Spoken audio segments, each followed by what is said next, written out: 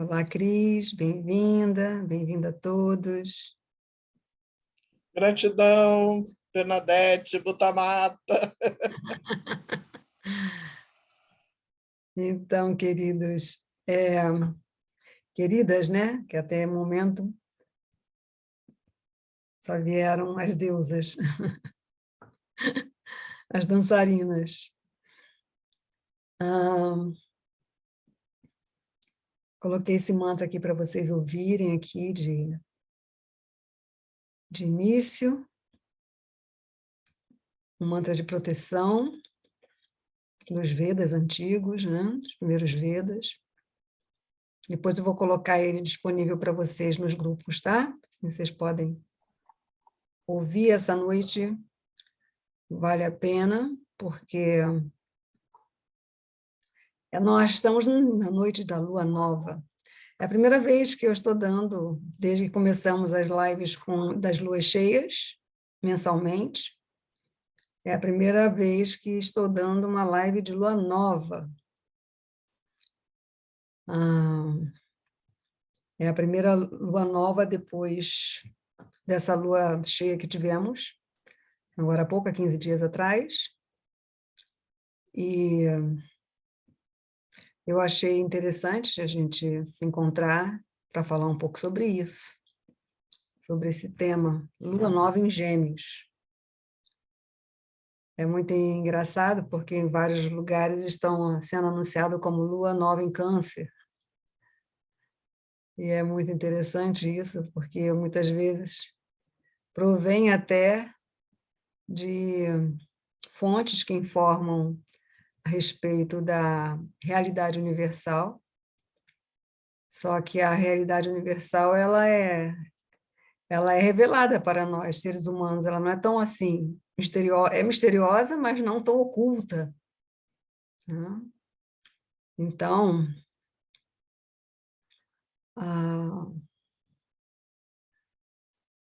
dizer que a lua nova é em Câncer é como se fosse uma falha nessa percepção, ou mais ainda, essa observação da realidade universal, né? Onde os astros de fato se encontram hoje. Pode ser que há 2.000 anos atrás, 3.000 anos atrás, 5.000 anos atrás, eles estivessem em outras posições, mas atualizar é importante, porque é daí que vem exatamente o que nós chamamos, né, de modernidade, de mundo moderno. Se não houvesse esse movimento terrestre da Terra, chamado precessão, nós estaríamos para sempre num tempo e espaço de 3.000, 4.000, 5.000 anos atrás. Então, tudo que mudou de lá até hoje, toda essa mudança, ela é promovida, por incrível que pareça, a gente pode achar que quem faz essa mudança somos nós, né, os seres humanos, mas, na verdade, para que nós possamos viver as mudanças, tudo precisa provir de uma permissão. E essa permissão é da próprio planeta, no próprio planeta que nós somos habitantes, que é o planeta Terra.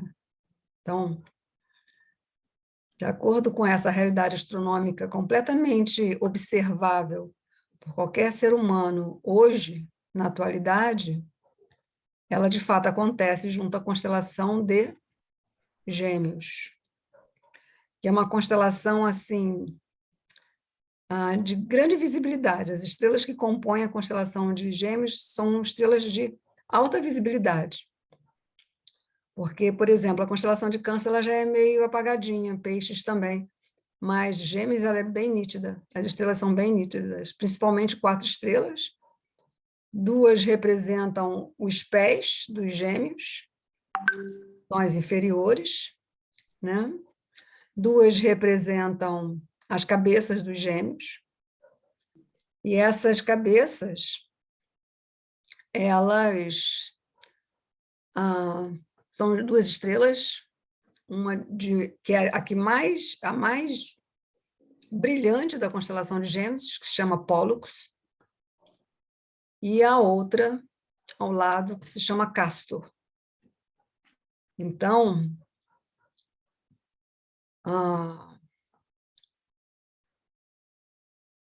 essas duas estrelas são chamadas de alfa de Gêmeos e beta de Gêmeos, né? Que é a mais brilhante, que é Pólux, e a segunda, né, abaixo de Pólux, mais brilhante, que é Castor.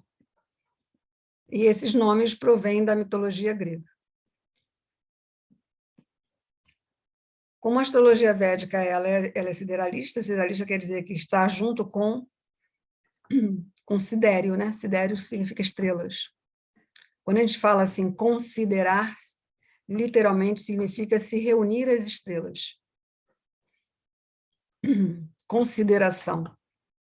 Sideral provém de estrelas.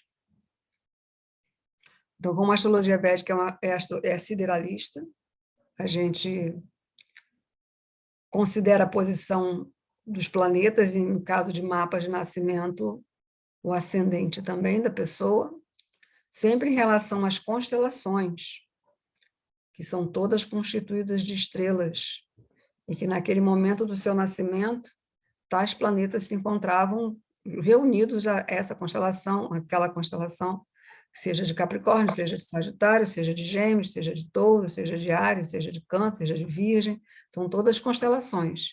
E esses nomes que a gente chama hoje, né, conforme a astrologia no Ocidente trouxe, para signos, originalmente foram nomes das constelações, mas em função de não considerar este movimento que o planeta Terra faz, esse nome desse movimento é precessão, né? A gente conhece a rotação, a gente conhece a translação, a gente conhece pouco sobre a precessão. A realidade astronômica não está de acordo com o que é colocado na astrologia no Ocidente, porque, infelizmente, houve uma ruptura entre a astrologia e a astronomia na Europa, entre 1700 e 1800. Ocorreu uma ruptura entre os dois. Sempre a astronomia e a astrologia foram reunidos, sempre. Mas houve essa ruptura e nós acabamos herdando uma astrologia não mais vinculada à astronomia. Isso foi imposto pelo Vaticano, né? Ai de quem quisesse fazer o contrário, se quisesse reunir as duas novamente, né? Vocês já sabem para onde iam, né? Durante a Inquisição, para onde que iam. Então, havia muito medo, muito terror, e assim se cristalizou, infelizmente. A astrologia védica, como provém da Índia, onde esse tipo de interferência não ocorreu, devido ao fato que a cultura védica, o próprio hinduísmo, né, que enquanto religião, e toda a cultura hindu, ela é muito fiel, né, leal, né, aos princípios das escrituras védicas. Então, não teve isso de separar astronomia de astrologia, e assim se mantém até os dias de hoje. Então, nós estamos sempre atualizando os mapas, né? Sempre atualizando o céu, respeitando esse terceiro movimento da Terra chamado precessão. Então, isso é muito importante para que todos compreendam a diferença entre a astrologia védica e a astrologia conforme ela é usada no Ocidente, tá? Com certeza, sempre quando alguma astrologia apresenta um zodíaco de 12 signos ou 12 constelações, a origem desse tipo de astrologia é oriental. A astrologia chinesa são 12, a astrologia nepalesa, a astrologia tibetana, a astrologia egípcia sempre são 12. Isso significa que vem lá do Oriente, lá do outro lado. E terminou sendo trazida para o Ocidente, né? Ao longo dos séculos foi trazida para o Ocidente. E no Ocidente, na Europa, sofreu, então, essa ruptura. Tá? Então, a astrologia védica não está junto dessa ruptura, né? Ela se mantém leal aos princípios dos Vedas, que a gente chama de Shastras, né? São as escrituras védicas milenares, tá? Assim como o yoga, a medicina ayurvédica, a arquitetura védica, que se chama Vastu, a própria filosofia, os Puranas, todos os textos, todos os tratados védicos, a dança, a música, né? tanto a música cantada quanto a música instrumental. Tudo é muito... A culinária, as peregrinações, tudo é ainda em conexão com as escrituras conforme elas foram reveladas aos Maharishis. Os Maharishis, eles eram os grandes, sabe, os grandes videntes, né, visionários, né, que então se tornaram canais para que esse conhecimento fosse transmitido num período ainda de tradição oral, então era transmitido assim em sucessão de mestres e discípulos, gerações após gerações, e 5.000 anos atrás se tornou conhecimento escrito, através da escrita, né? Não só para vocês não ficarem confusos, por isso que eu estou dando essa introdução, não ficarem confusos em relação, mas não é em Câncer? Não, a lua nova está acontecendo junto à constelação de Gêmeos. Quando diz que é Câncer, é porque está baseado num calendário que determina que Áries começa sempre no dia 21 de março, para toda a eternidade. Isso nunca irá mudar. Isso, para os sideralistas, chega a ser cômico, né?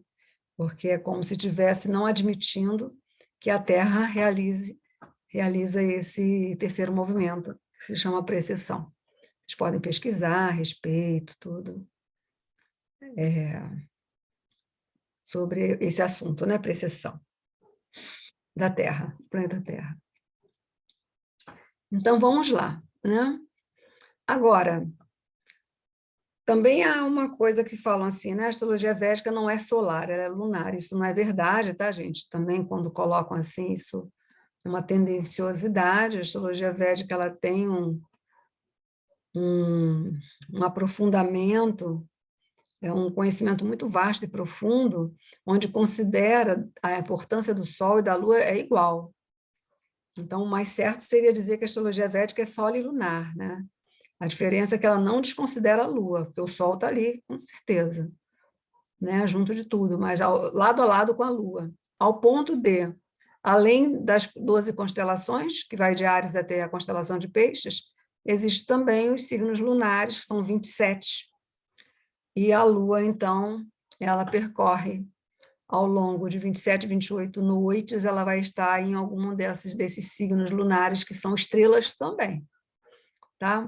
Mas nem todas essas estrelas do zodíaco lunar, que se chama Nakshatra, o nome desse zodíaco lunar é Nakshatra, nem todas as estrelas nem todos os nakshatras são essas estrelas, né, que são os nakshatras, estão nas 12 constelações. Algumas estão em constelações vizinhas às 12 constelações, como é o caso dessa noite, né? Que o Sol está na constelação de Gêmeos, mas a Lua mesmo, ela está junto a uma estrela que faz parte da constelação do Órion. Ok? E o Órion é uma constelação agarradinha com a constelação de Gêmeos. Inclusive, é muito interessante, né? Porque a constelação de Gêmeos já compõe, né, configura a imagem de às vezes são duas crianças, mas originalmente na astrologia védica é um casal, né? Feminino e masculino. Às vezes até eles colocam como Shiva e Parvati, né? Que compõem a constelação de Gêmeos. E a constelação do Órion é vizinha à constelação de Gêmeos e muito semelhante à constelação de Gêmeos. Ela é muito parecida no sentido de tamanho, né, de distância das estrelas, por terem duas em cima e duas embaixo também, como a de Gêmeos. Só que a constelação do Órion, ela tem no centro dela, o que a constelação de Gêmeos já não tem, no centro dela 3 estrelas, que nós chamamos aqui no Brasil das Três Marias, que é, de fato, o cinturão do Órion. As Três Marias são, na verdade, o que é considerado na astronomia como o cinturão do Órion. O Órion, na mitologia grega, é um caçador. Ele está armado, né? Ele tem uma clave, né? Ele ergue uma clave com uma das mãos. E existe uma estrela, na parte superior da constelação do Órion, que é mais próxima, a parte superior da constelação do Órion é mais próxima à constelação de Gêmeos. Entre as duas constelações passa a Via Láctea, tá? Porque a Via Láctea está passando ali por Touro, Gêmeos e por Órion. Existe uma estrela chamada Betelgeuse. Essa estrela, ela é uma das estrelas mais brilhantes, se não a mais brilhante, ou uma das mais brilhantes da constelação do Órion. Então, a Lua ela está alinhada a Betelgeuse, enquanto o Sol está alinhado à constelação de Gêmeos, mas, assim, esse alinhamento dos dois é próximo, né? Não existe nenhuma distância imensa entre eles, eles estão próximos, tanto é que é lua nova.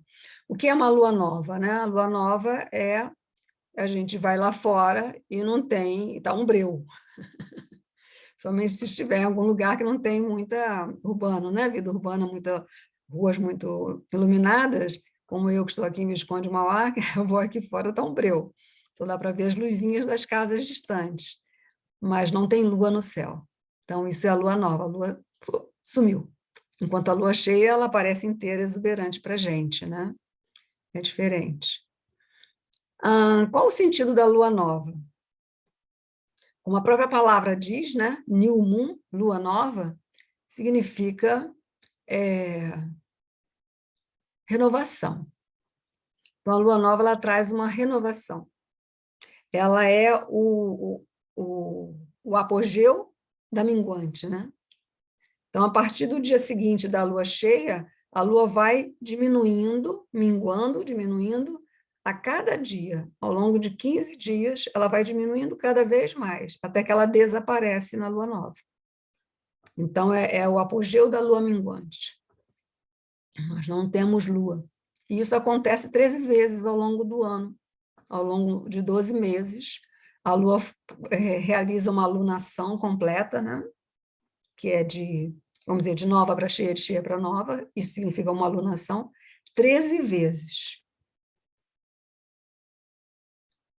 Né? Assim como os ciclos menstruais da mulher também acontecem 13 vezes ao longo de 12 meses, porque não é a cada 30 dias, e sim a cada 28 dias, né? Acompanha os ciclos da Lua, os ciclos femininos e outros ciclos femininos também, como a gravidez, né? Também está relacionado aos ciclos lunares. Então, como a lua nova é a renovação e a constelação de Gêmeos é uma constelação renovadora, eu vou explicar para vocês por que ela é renovadora. Ela é renovadora porque, primeiro, é do elemento ar, e é a primeira do elemento ar. Depois dela vem Libra e Aquário. A primeira do elemento ar é Gêmeos. Então, ela que traz realmente esse sentido de renovação maior, né? A gente não pode esquecer que acabamos de ter um solstício de inverno, né? E a primeira lua nova após o solstício de inverno está sendo essa. Então, ela está trazendo uma fase de renovação. Essa renovação a gente pode colocar mais ou menos no sentido assim de um delete ou de uma desprogramação, né?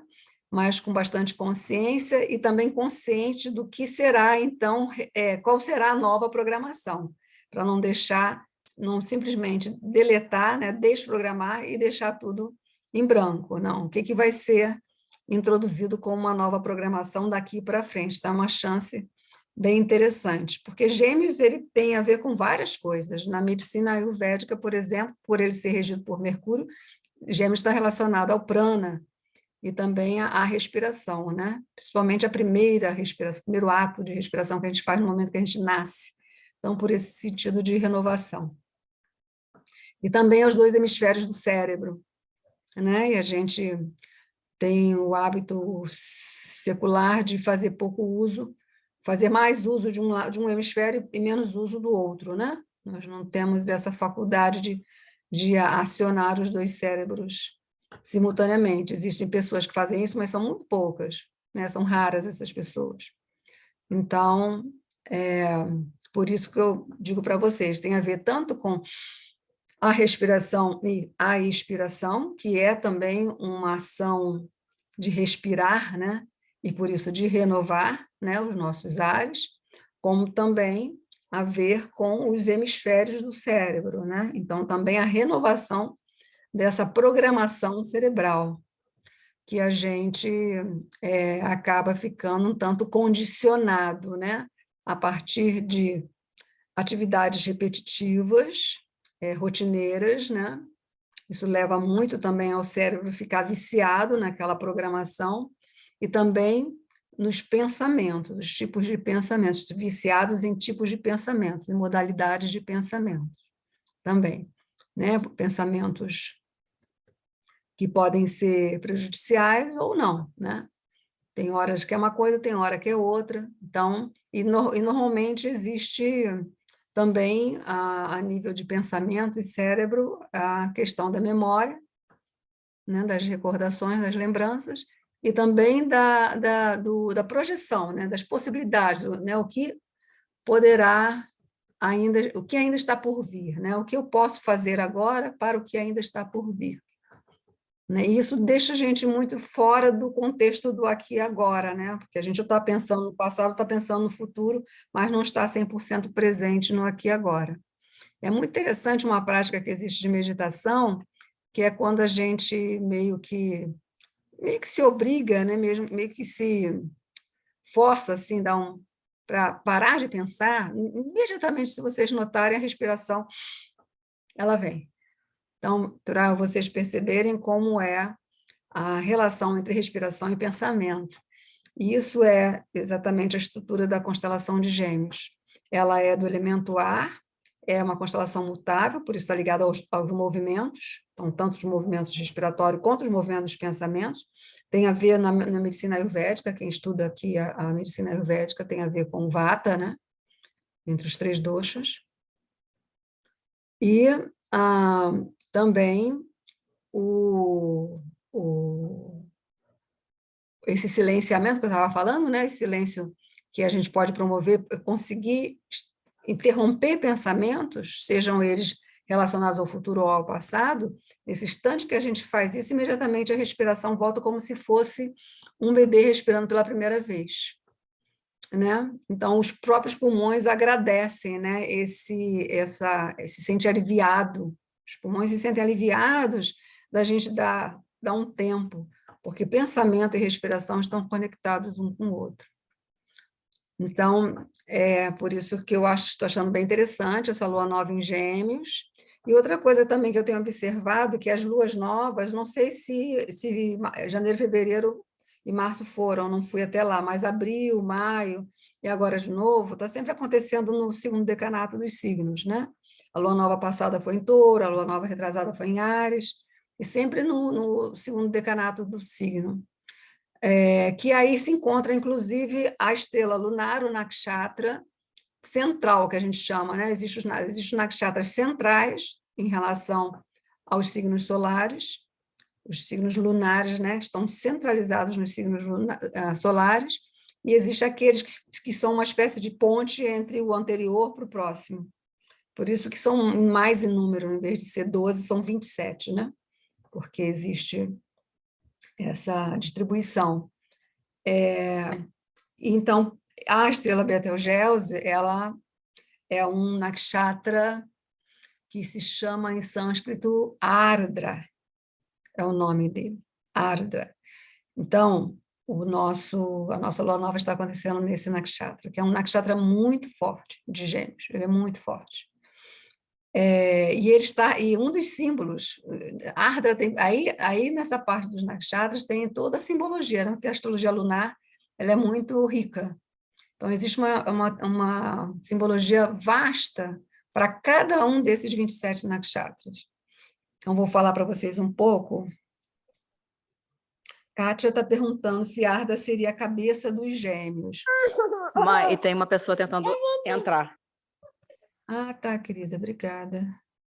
É porque deve estar... Ah, sim, a Vera, tá. Botei. A Kátia perguntou aqui, né? Se Ardra é a cabeça dos Gêmeos.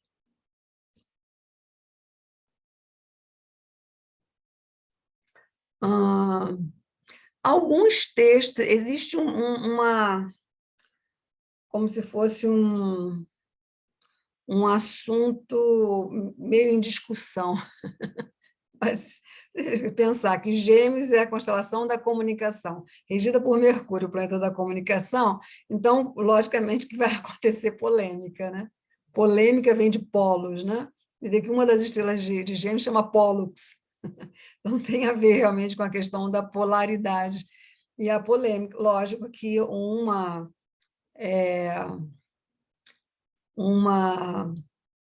lua nova acontecendo em Gêmeos está abrindo, logicamente, pelo menos até a próxima lua nova, muita polêmica e muito bate-boca, tá, gente? Assim, a Arda tem um lado assim meio ácido e árido também, seco. A palavra Arda, às vezes, é traduzida como seco, às vezes é traduzida como úmido. Mas por que isso? Por que não é seco nem úmido? Porque é Gêmeos, né? Então, a dualidade está aí, inteira, totalmente. Então, bate-bocas, né? Polêmicas e argumentos e ataques verbais podem ser invocados, né?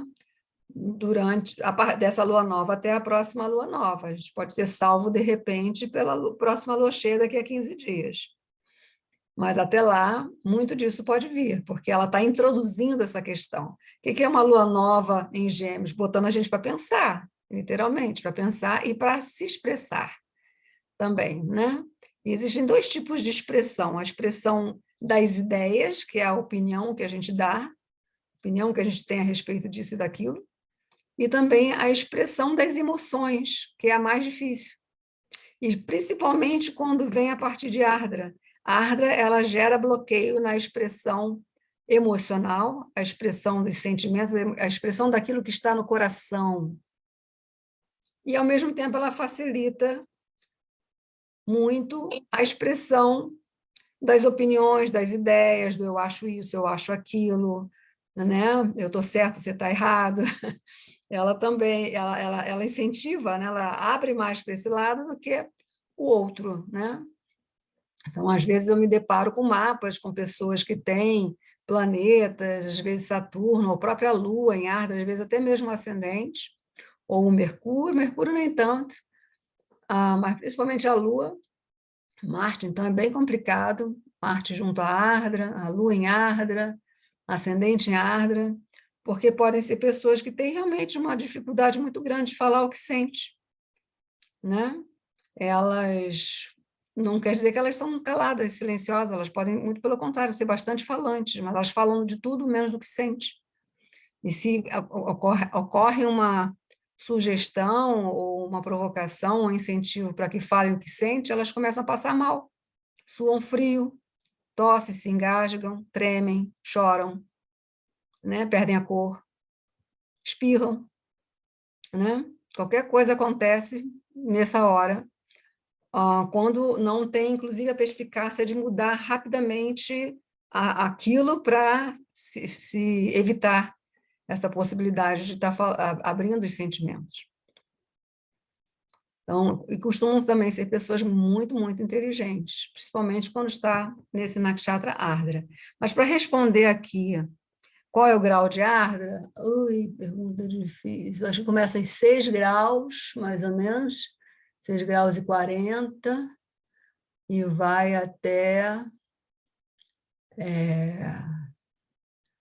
30 menos 6, acho que até 14, não.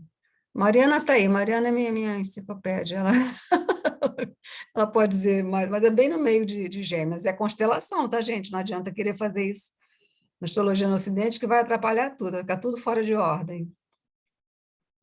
Mas respondendo aqui a Kátia sobre que a Ardra, então, existe a polêmica em relação, afinal de contas, a Ardra é Castor, que é uma das estrelas, uma das cabeças dos 2 Gêmeos, né?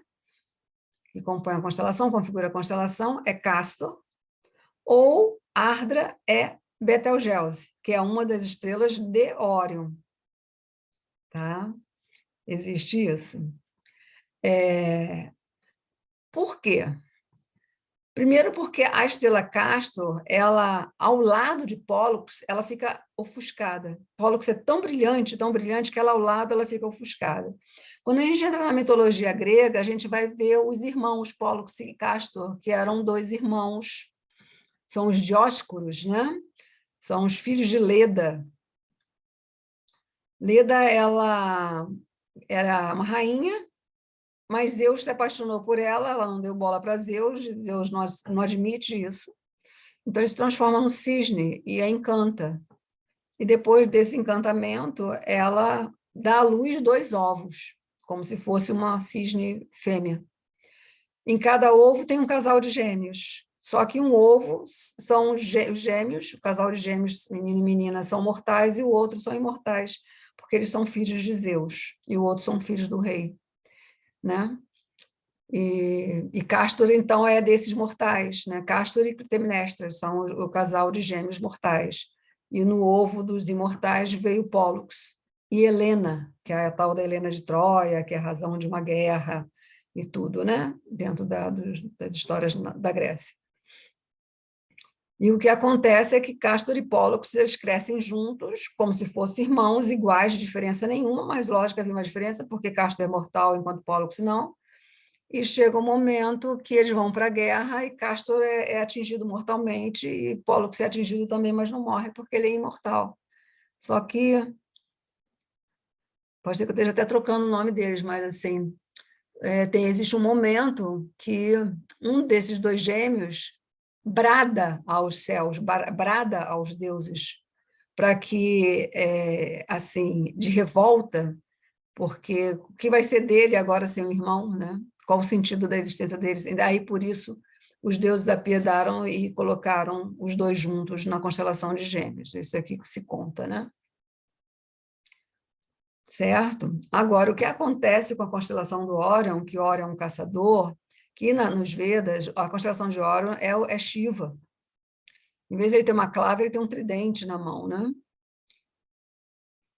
E Shiva traz um lado dele, assim, né? Que a gente sempre vê Shiva meditando lá no topo do Himalaia, completamente pacífico, né? Mas existe um lado de Shiva que ele é caçador, né? Que ele percorre as florestas na caça, né? Quando Deus está em caça, é porque eles estão caçando as almas iludidas, né? Então, essa é uma das tarefas do seu Shiva. E isso faz muito sentido pelo nome Ardra, porque a palavra Ardra ela provém do termo Arudra, e Rudra é um dos nomes de Shiva. Só que é Shiva bravo, Shiva zangado. Rudra, literalmente, significa fúria. Então, a palavra Ardra significa sem Rudra, ou seja, sem fúria. Né? Só que a não administrar essa fúria também é complicado, né? Como vocês sabem, que pessoas que não explodem terminam por implodir-se, né? E aí, por isso, estoura um fígado, um rim, né?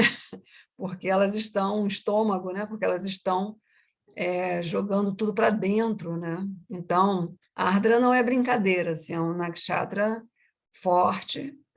Ele tem esse significado de árido e úmido ao mesmo tempo, porque normalmente essa reserva de não falar o que sente está relacionado a uma dificuldade emocional mesmo, né? É como se fosse um acúmulo de emoções ali, todos presos no chakra, no 5º chakra, né? Que é o Vishuddha, o chakra da garganta. Está tudo preso ali. Então, todas as coisas têm a ver com engolir sapo, né? Tem muito a ver com essa estrela. E, por outro lado, ela também abre o aspecto ou do cinismo, ou do ceticismo, ou da descrença, ou do sarcasmo, ou da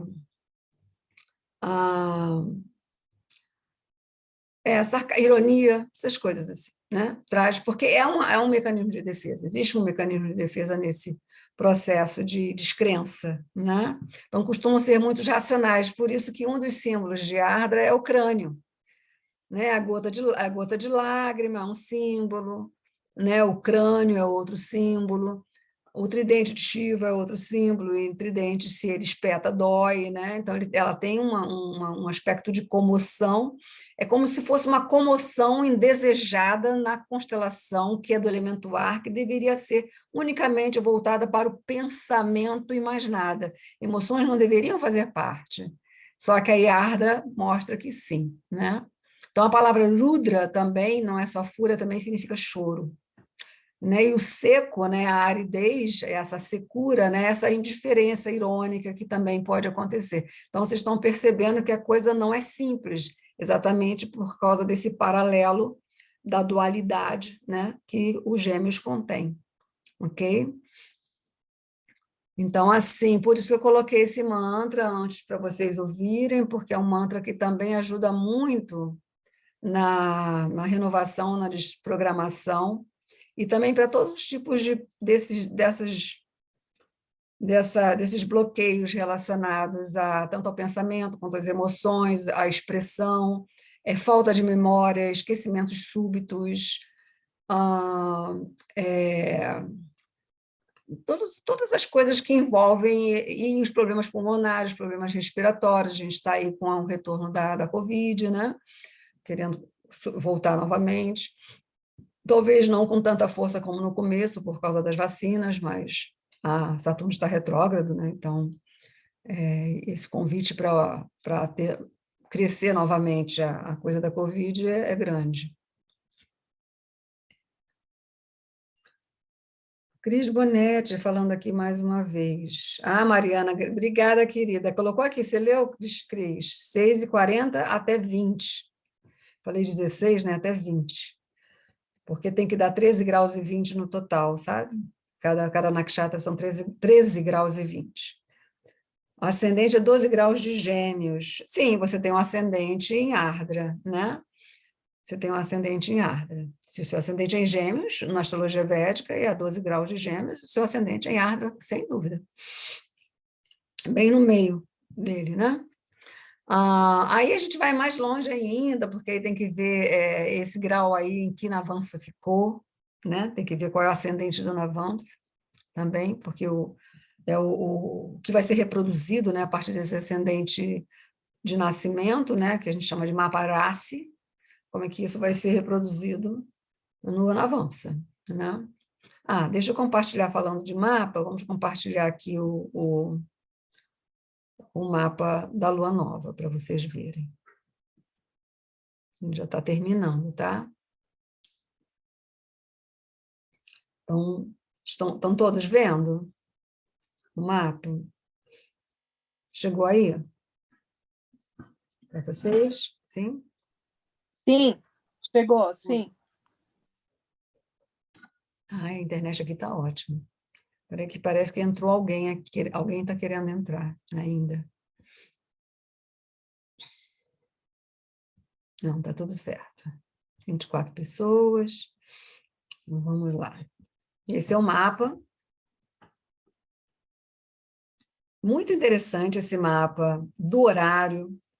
A Lua Nova vai ter o seu auge às 23h53, né, de hoje, né, que é uma terça-feira, quase chegando à meia-noite, né, de 28 para 29. Aí vocês podem ver aqui, olha, o Sol a 13 graus de Gêmeos, a Lua a 13 graus de Gêmeos, e todos dois a 13 minutos, né, 13 graus e 13 minutos. É muito Gêmeos, né, gente? Até tudo se repetindo. Até os minutos ficarem igual os graus. E aqui vocês veem Ardra, tá vendo? Aqui Ardra é o nome do nakshatra. No segundo pada de Ardra, que vai colocar no Navansa o Sol e a Lua em Capricórnio, no nakshatra Dhanista, que é onde Saturno se encontra. Saturno está no nakshatra Dhanista, ele ainda está em Aquário, assim, a 0 graus de Aquário. Dia 11 de julho ele volta para Capricórnio, retrogradando até outubro, e sempre no nakshatra Dhanista, ele não sai mais daí até ele sair de Capricórnio no dia 16 de janeiro, e quando ele for para Aquário ainda vai ficar no nakshatra Dhanista um tempo ainda, né? O Nakshatra Dhanishta, ele é o tambor de Shiva, né? Simbolicamente, é o tambor de Shiva. Quando o Shiva está tocando o tambor com tanta força que não deixa ninguém mais dormir. Então, Saturno está trazendo um movimento assim, do tipo a corda, né? Então, vejam que interessante a gente faz esse paralelo, né? Da lua nova acontecendo em Ardra, e trazendo essa questão da expressão, né? De ser honesto, né? Exercitar honestidade a respeito daquilo que está sentindo.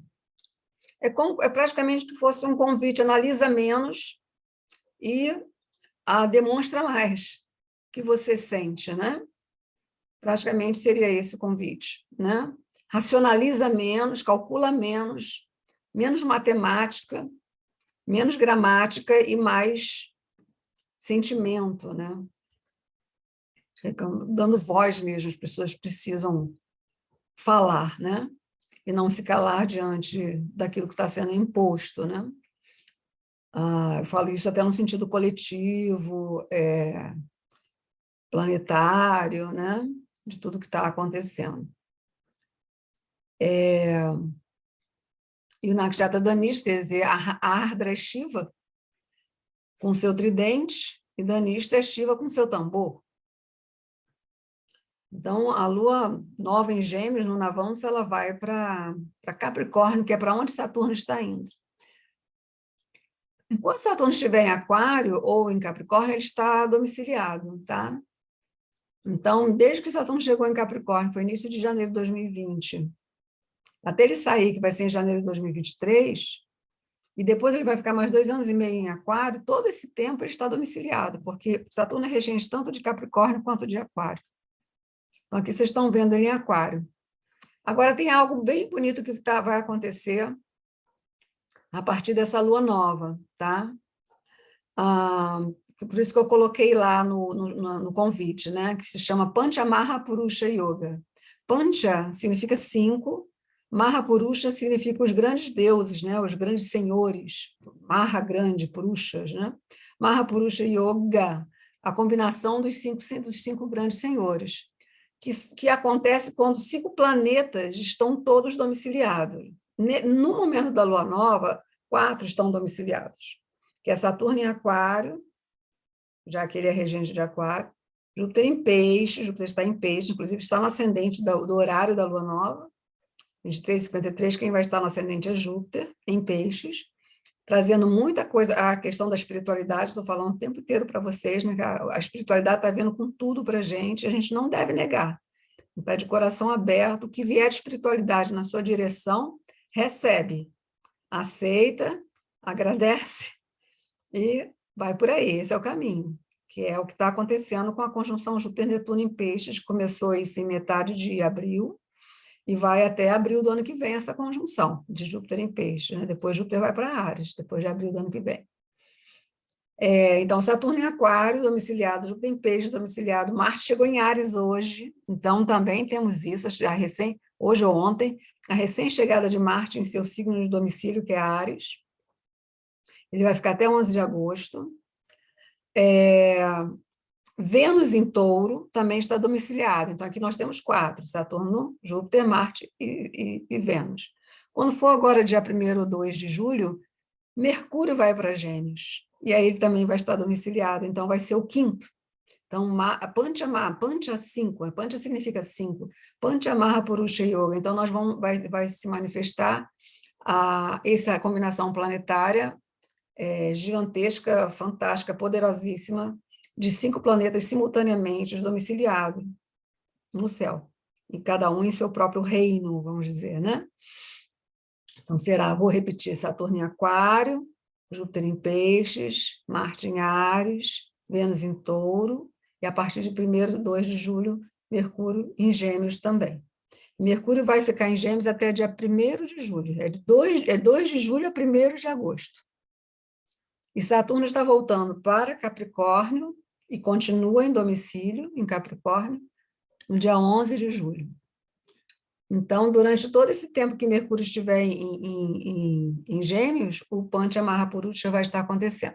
Aí, para que serve? Vocês devem estar me perguntando, mas para que serve isso? o que acontece assim, é como se vocês precisassem pegar cada... Isso, logicamente, se vocês marcam uma consulta comigo, eu vou explicar isso com todos os detalhes, não é assim no corridinho aqui dessa live, claro, né? Eu estou falando de uma maneira abrangente.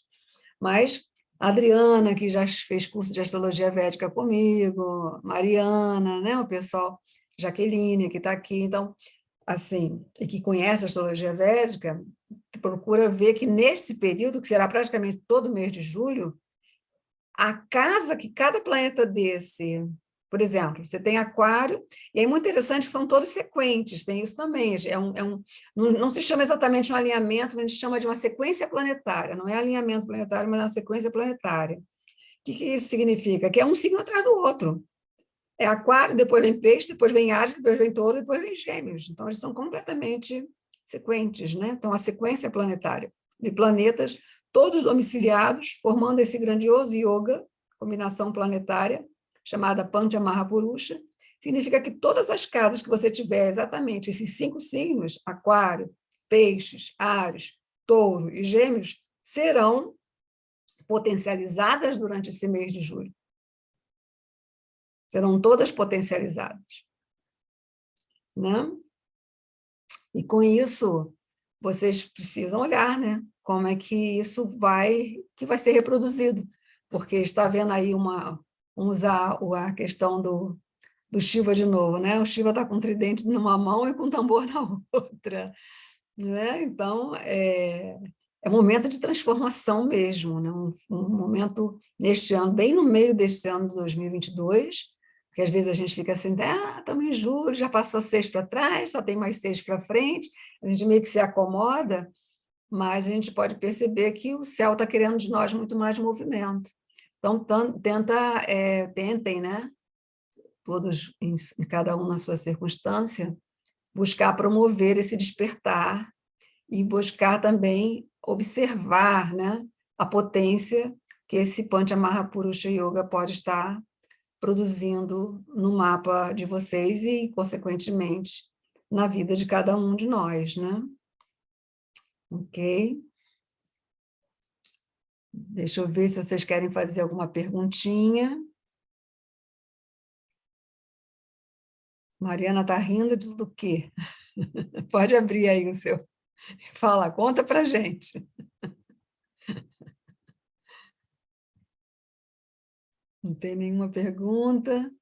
Agora eu não lembro do que eu estava rindo, mas com Você certeza... colocou uma gargalhada aqui no chat, não lembra? Você está precisando ouvir o mantra que eu coloquei aqui.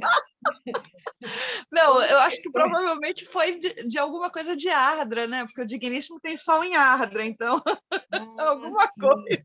É agora, né? Agora Ou nunca, né? É isso, legal, legal. Porque esse mantra, porque às vezes, assim, as pessoas, às vezes eu vejo até jovens, assim, se esquecendo de coisas bem recentes, né?